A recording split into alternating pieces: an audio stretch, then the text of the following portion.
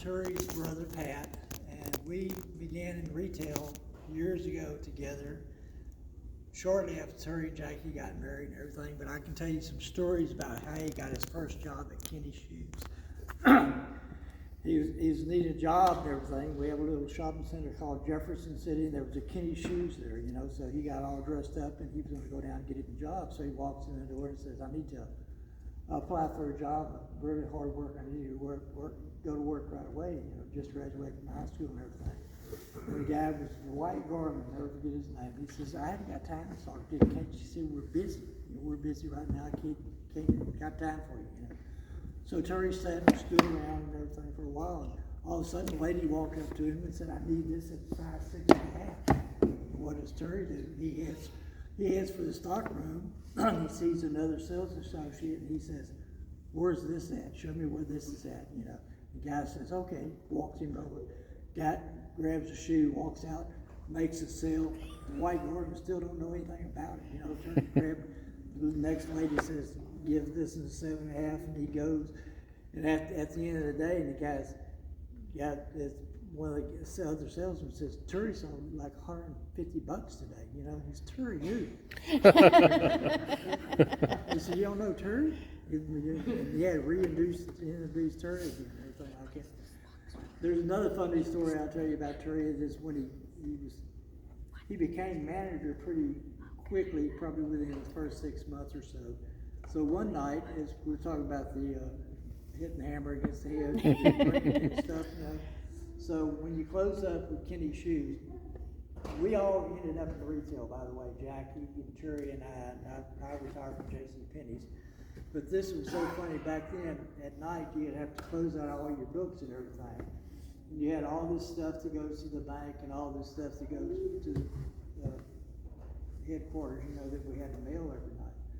So Terry had one night stayed up too late drinking a few beers and everything like that. And he had all this stuff ready to go and everything like that.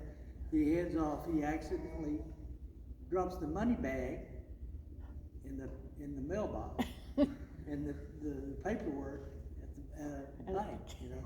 So he had to stay up all night to wait for the mailman and then convince the mailman that he was the actual manager of Kenny Shoes. You know, he pulled out his keys out and I ended up, but he finally got everything straight there and everything like that.